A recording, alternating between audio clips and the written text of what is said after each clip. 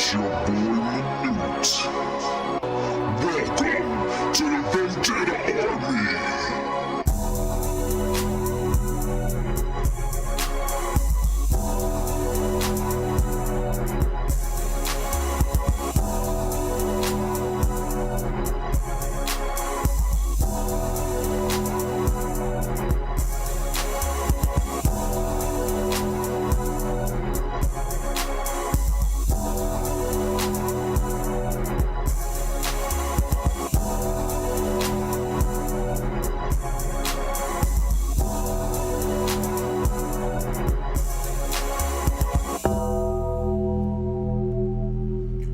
What is happening, people? It's your boy, Big Will, Minute, AEW, AEW, All Elite Wrestling. No, I'm just playing. Time for another review, people, from last night's AEW Dynamite, All Elite Wrestling. Disclaimer, the Wednesday Night Wars are over. They're completely over. Not over as in getting over. I mean, they're over. There are no more Wednesday Night Wars. If you want to watch NXT, you could, I guess, not watch AEW Live and watch the Encore and watch NXT. Or you could do like I do, because AEW is so much better. Watch AEW and then watch the last 10 minutes of NXT, because they always run over for 10 to 15 minutes now, and it's the best match of the show, because the Pete Dunne and the Joshua Priest, whatever his name is, that match was good. After AEW was over, I clicked over, caught the end of that match. It was good, and I was flicking back and forth, like we do, because come on now, just wrestling on USA and TNT. I clicked over periodically. It never kept me engaged. It never was like, ooh, let me stay on here. I always was trying to get back to AEW. It was always during commercial, and AEW didn't have that many picture-in-pictures this week. But even during the picture-in-picture, I was like, you know what? Even though it's picture-in-picture, I'm going to check over to NXT, see what NXT doing. It just looks so horrible. Sorry. The dark, intimate little setting that they used to have, it used to intrigue me, but probably because I didn't see it that much. Now that I see it every week, it's boring to me. It's boring. I like AEW's production value way more. AEW did a little package today with Cody that was WWE Network quality.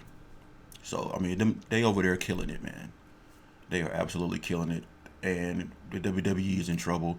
It's the NXT ratings are probably in the toilet. I know they are. They get beat every week.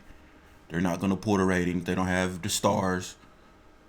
I thought they was gonna put some people from after the draft down in, but they didn't. They still rolling with the same. It's no.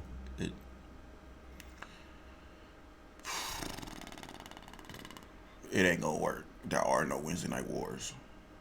Even with the option to watch NXT and then watch the encore of AEW, so you can watch both shows, I'm pretty sure people are still like me and primarily just watching AEW and periodically flicking back and forth to see what NXT is about. And if you don't, and then what you do afterwards, you just go on Twitter or the YouTube and watch a complete, 5-minute recap, and you can see everything that happened on NXT. Just like we all do for Raw and SmackDown anyway. So AEW are killing them. All right, this week's show from yesterday, the 16th, started out with the tag team tournament, SoCal United versus Best Friends. But before the match even started, SoCal United got jumped by the Lucha Bros, and they took Christopher Daniels out. Took him out. Lucha Bros. So after he gets taken out, the Young Bucks came out to check on him and everything, you know what I'm saying? Scorpio Sky arrived, wrapped up his fist, and joined his boy to fight Best Friends, Chuck Taylor and Trent.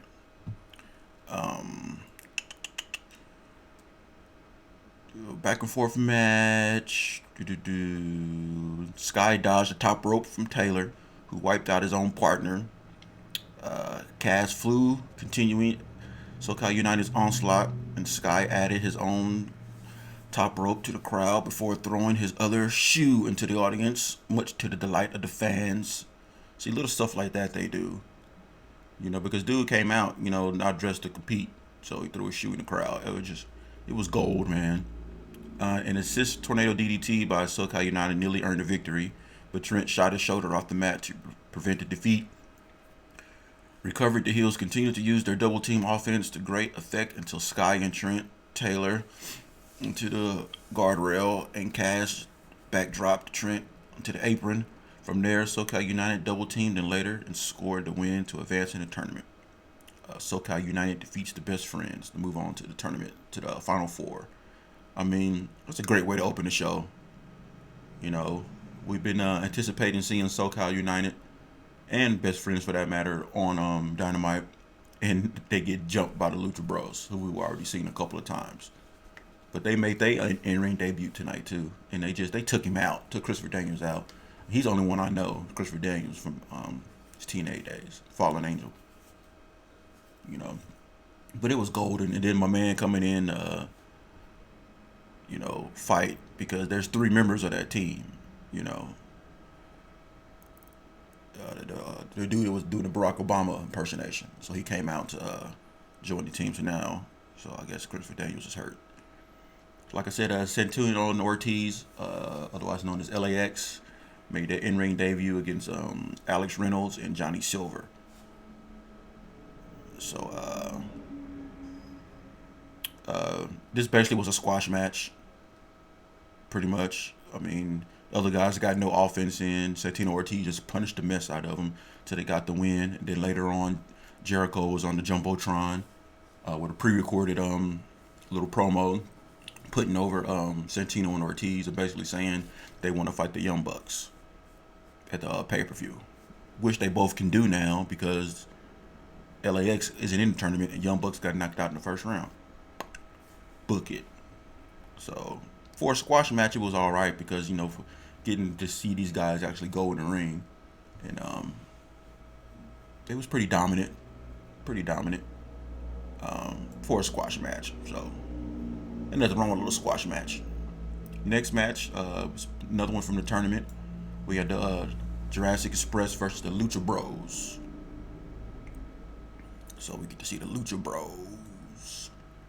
And Jurassic Express, what they say, early Wednesday afternoon, it was announced that Luchasaurus has suffered an injury and would not be unable to compete in tonight's scheduled match, in which the Jungle Boy would battle the Lucha Bros. Pentagon Jr. and Phoenix. Replacing him was Marco Stunt. This dude is so small, that Ryu, the women's champion, they about the same size. So I expected this to be a straight up squash with Luke Perry's son pretty much carrying everything, because I know nothing about little stunt dude, but he got little skills on him. He was doing some topas and some hurricanranas and some uranagis and some planchas, and I was like, but this match went through, I think, 2 commercial breaks, and Lucha Bros took a lot of punishment, but they made you think they was going to win, which impressed me. To what amounted to pretty much a squash match, they turned it to a decent match where you actually was thinking, damn, are these dudes going to win? But Lucha Bros, man, they are good. And for luchadors, they are so aggressive. They super aggressive. I like these dudes. Let me tell you how the finish ended.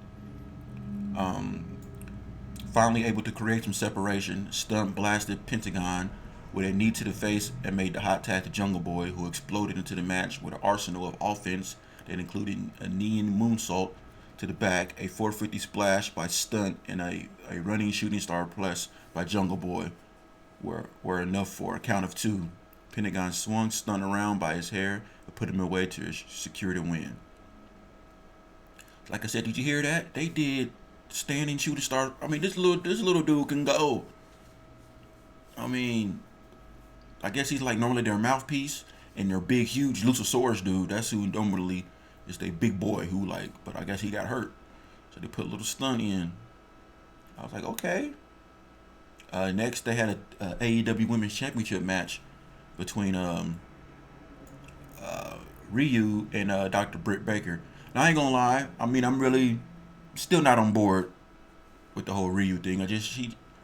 To me, this, in my opinion, even though she's over like hell with the crowd because I guess they like the whole underdog thing, but I turned over to check out because normally it seems like NXT and AEW are kind of booking the same way. When there's a women's match on AEW, there's a women's match on NXT. So I flicked over to see what they had on, and they had the Princess of the Sky, Io Shirai, sexy butt, going up against who was it? I think it was the little short chick with the micros. I think it was her. So I flicked over because I like Io Shirai. So I was flicking back and forth. Their match ended early, so I had to turn back over and finish watching the Britt Baker match. I thought Britt was going to win, to be honest. I was like, okay, they got to get the title off this little chick, but she's so over. So, I mean, just nothing that she does to her opponents is believable to me because she weighs like 80 pounds. And she always tries to pick them up, which she's not going to do. But the match ended, Britt, she wasn't really dominating the match, but it's not believable when the girl gets offense. It's just, to me, it's not. That's my only complaint right now with AEW. To me, it's bringing the women's division down. Even though the crowd loves it, but they love it for the wrong reasons, in my opinion. Britt tried to do her little move. I guess she got some move that she does because she's a dentist where she tried to take her teeth out. And she was so concerned about doing that Rio rolled her up for the pin. So that's how that ended. But to me, I mean, that's my only. It's my only is that right there. They need the women's division. To me, is the only thing lacking for them. They need to snatch somebody, or somebody need to jump over or something. They need somebody else besides Britt, or showcase some other people, or even the chick that gave Britt the black eyes wasn't even there this week. So I mean, that's neither here or there. It still was an entertaining match. The matches, I mean, don't get me wrong. I'm not saying the match was entertaining. They went through they gave them plenty of time. Went through like a commercial break or two. It's just didn't enjoy it. Well, I enjoyed it, but it wasn't what I was expecting. It's not believable. She's too damn small, and looks too. Once they fix that, it'd be an A+ show. Or I'm giving it too much credit. Not A+. It'd be an A show instead of like a B- show. Yeah, that's how much I take off of that. Next, we had a tag match, which should have been the co-main event because this match went hard. Hangman and Page, Kenny Omega versus Pac and Moxley. I mean, this match was good. Good. 4 of their stars right here. And just so happens 2 of them came from WWE. Who were getting underutilized over there and left to get their stock back up. And this was nice, long, entertaining match. Two of the more intense rivalries in AEW clashed. A star-studded tag team match. Moxley, the Bastard, Hangman, and Kenny Omega. Moxley waved Omega on, daring him into a ring with him just weeks before the hotly anticipated bout at Full Gear. Omega continued to wage war with Moxley until the well-planned knee to the midsection cut off his momentum. The best bout machine created a separation of tag Page into the match. Hangman blasted Moxley with a big clothesline and sent him to the floor. Hangman springboarded moonsault from Pac from the ring onto Page onto the floor, earned the heels the first to stay in control of the bout. Page punishing him in the center of the ring, joined Moxley in the big suplex to further put the baby faces in dire straits. Moxley applied a cloverleaf to Page and taunted Omega. The momentary distraction allowed Heyman to rock him with a discus clothesline and allowed the former top contender to the AEW title to make the hot tag to Omega. The birthday boy fired off. Yeah, the crowd was chanting "Happy Birthday" during the announcement. Omega got a huge pop when he came out. I mean, everybody got pops, but Omega, he's the star of this company. He is the star. I know right now Jericho because of the name, and Cody because it's his company, and Dusty and all that, his story. But Kenny Omega is the star of this company. He really is. They grounded Pac and allowed him to secure a 2 count. Turned his attention to Moxley, dropping the full gear opponent before soaring through the air and whipping Pac into the ringside. Mox followed suit through wiping Omega out with a topa. Page put a exclamation point on the sequence with a top rope moonsault. Yeah, they was flying all over the ring. Topas and moonsaults and springboards and Moxley with his ground and pound, just lunatic freaking style. I hate I used the old WWE term, but it fits him. That's his style and his chemistry and the way he moves around and sells everything for his character in the ring, which is great. A sit-out spine buster and shooting star press to Pac combination by the babyfaces continued their role, but Moxley dumped Omega to the floor and flattened Page. The action continued to break down as chants of AEW filled the La Corsa Center. I think it was Philly. I don't know where they were at tonight. Preparing for the ring, the former broke out in a series of knees and stunned Moxley. The unpredictable madman of AEW answered with a lariat to turn Omega inside out. Nasty lariat. Kind of like what he used to do when he used to go through the ropes and hit a lariat. Just that without going through the ropes. He just out, just rocked him. From under the ring, Omega retrieved a barbed wire wrapped broom from a week ago and entered the squared circle, because he's the cleaner. And Moxley did the same with a bat from the same show. Pac, unimpressed by the weaponry, tossed it to the floor. Moxley responded by draping his partner with a double arm DDT and bailing from the match after he gave him the finger, a la Stone Cold. Basically, he gave him the finger, and instead of a stunner, delivered the dirty deeds. I said I'm going to call it because I don't think they got a name for it yet, just like what you see later on in the match, in the main event. What Jericho did, he did his code breaker, but they don't have a name for it, so they didn't call it anything. The announcers especially no-sold it.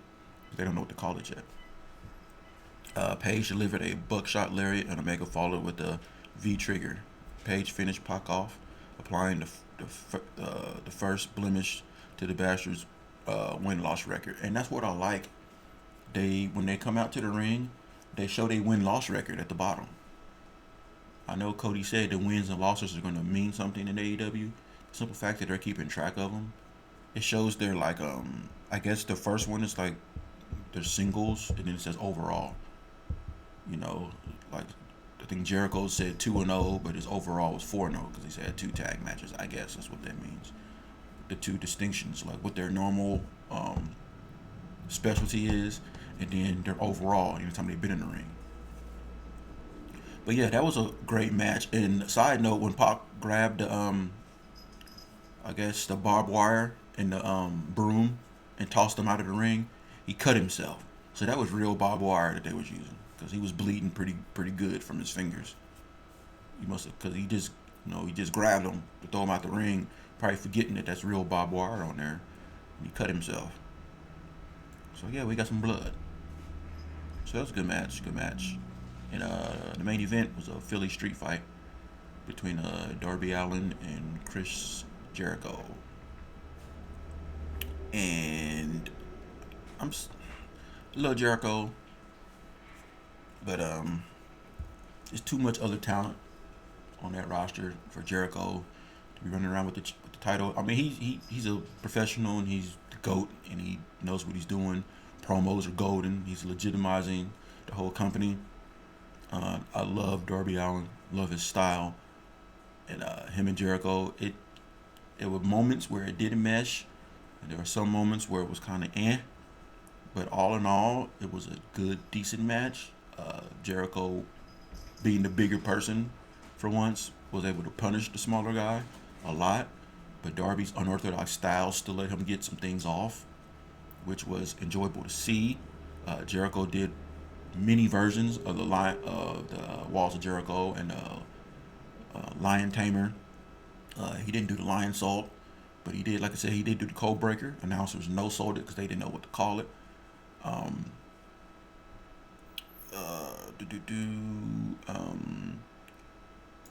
so it was a street fight. So kendo sticks, and their kendo sticks looked a lot more sturdier than the E's. You know, E's one or two hits on it, and it looked like it's about to break apart. Theirs looked like it was taped, so it wouldn't flare apart like that. So those looked more gruesome. Those kendo stick shots. Um,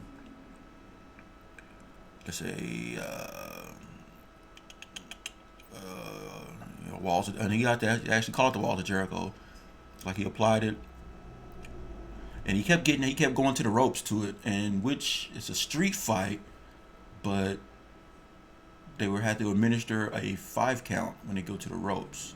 So I guess a Philly street fight is just you can use weapons, but I guess all the rest of the rules apply. Because even the crowd started chanting, "It's a street fight. It's a street fight." But I guess it's a Philly street fight. So I guess in Philly street fight, you still have to adhere to the rules, but weaponry is legal. I'm guessing.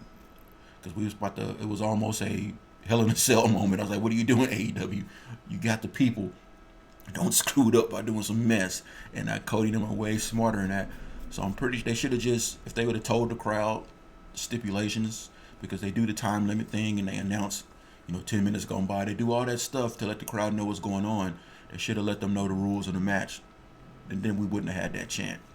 But because he kept kicking out, or the crowd went to the ropes, Jericho wraps my man hand behind his back in duct tape. But my man got a bunch of offense off after that. He did a bunch of topas and moonsaults and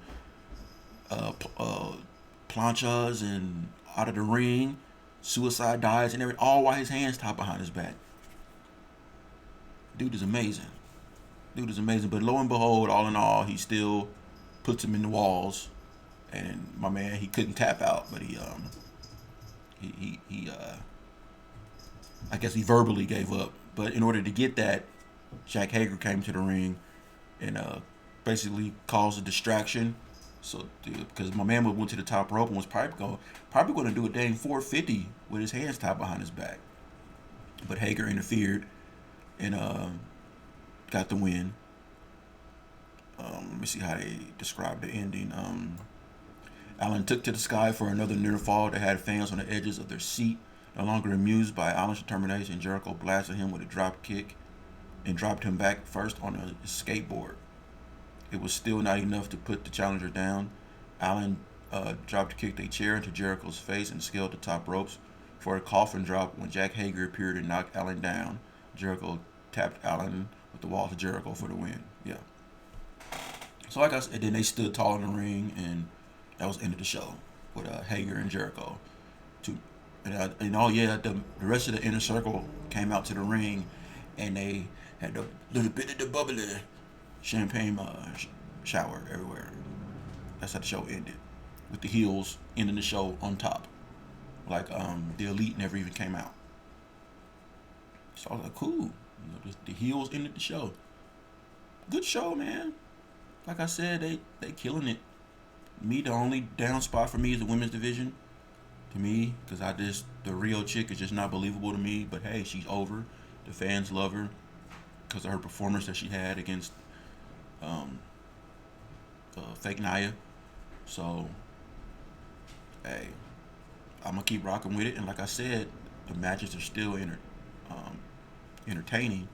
It's just not believable. It's hard for me to suspend my belief seeing her do any offense to these women when she weighs like 85 pounds, But hey, other than that, they're doing great. It's a great show. I'm thoroughly enjoying it. Like I said before, the E is in trouble. They're in serious trouble.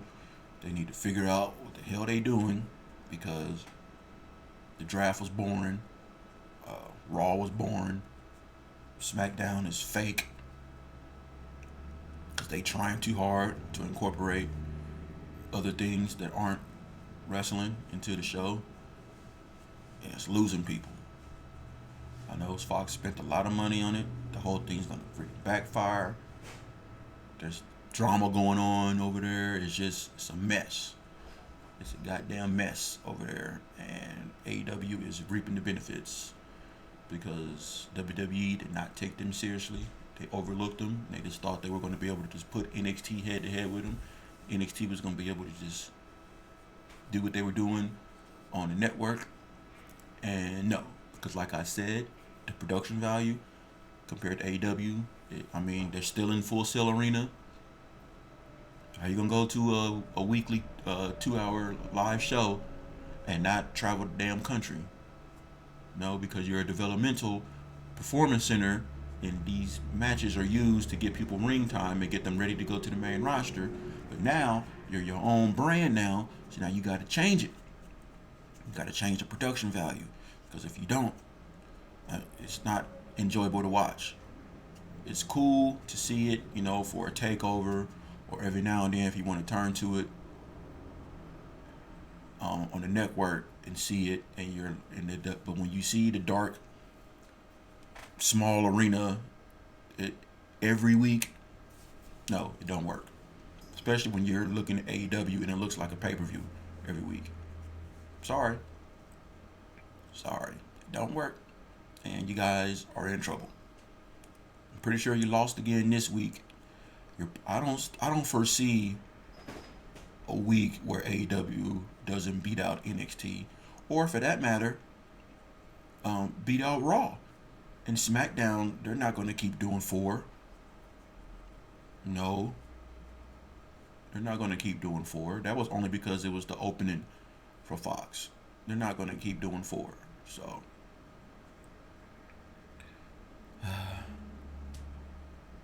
and I'm pretty sure, yeah, we'll see tomorrow what SmackDown is like tomorrow. I think I may get to watch it.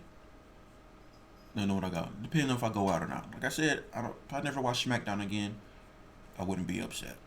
But anyway, make sure you guys hit that share and the bell over there in the corner right there,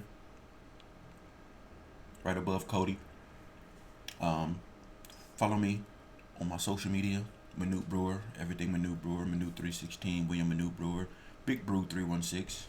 Follow your boy, and as always, love you, appreciate the support. Make sure you hit that like button. Again, have to reiterate that. Like button, like button, like button, like button.